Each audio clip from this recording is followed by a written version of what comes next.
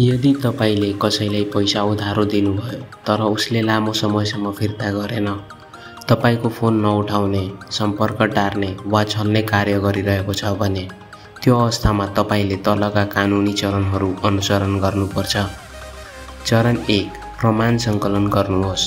WhatsApp, messenger वा एसएमएसमा भएको कुराकानी, phone call recording, bank statement वा अनलाइन भुक्तानीको स्क्रिनसट, यदि नगद दिएको हो भने साक्षी वा लिखित सम्झौता।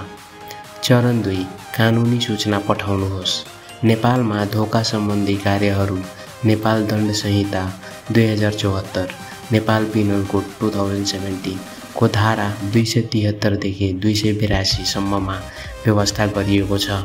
यी धाराहरूले झुटो कागजात बनाउने, गलत विवरण दिने र ठगी गरेर व्यक्तिगत फाइदा लिने कार्यलाई अपराध मानेका छन्। चरण 3, अदालतमा मुद्दा दायर गर्नुहोस्। यदि उक्त व्यक्तिले कानुनी सूचनाको जवाफ नदिएर 15 दिनभित्र पनि रकम फिर्ता गरेन भने तपाईले अदालतमा मुद्दा दायर गर्न सक्नुहुन्छ। धारा 488 मुलुकी देवानी संहिता 2074 अनुसार यदि कुनै लेखा, ब्याङ्क कारोबार, चेक, भाउचर वा कागजातबाट लेनदेन भएको देखिएमा अदालतले त्यही प्रमाणका आधारमा ऋणीबाट रकम असुल गर्न आदेश दिन सक्छ।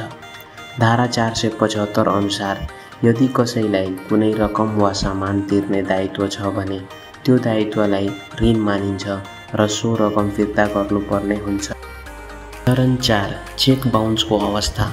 ब्याङ्किङ कसुर तथा सजाय ऐन 2064 को धारा 17 उपधारा 1 अनुसार यदि चेक बाउन्स भयो भने सो घटना भएको मितिबाट 1 वर्षभित्र उजुरी दर्ता गर्नुपर्छ। चरण 5, अदालतको आदेशपछि अदालतले प्रमाणका आधारमा निर्णय गर्छ। यदि ऋणीले अझै पनि रकम फिर्ता गर्न मानेन भने अदालतको आदेशअनुसार रकम असुल गर्न सकिन्छ वा कैद सजाय समेत हुन सक्छ। याद राख्नुहोस्, प्रमाण, कानुनी सूचना र अदालतको प्रक्रिया नै तपाईको हक सुरक्षित गर्ने बाटो हो। यदि देशप्रेमी हुनुहुन्छ भने कृपया लाइक र सब्स्क्राइब गर्न नबिर्सनुहोस्। जय नेपाल।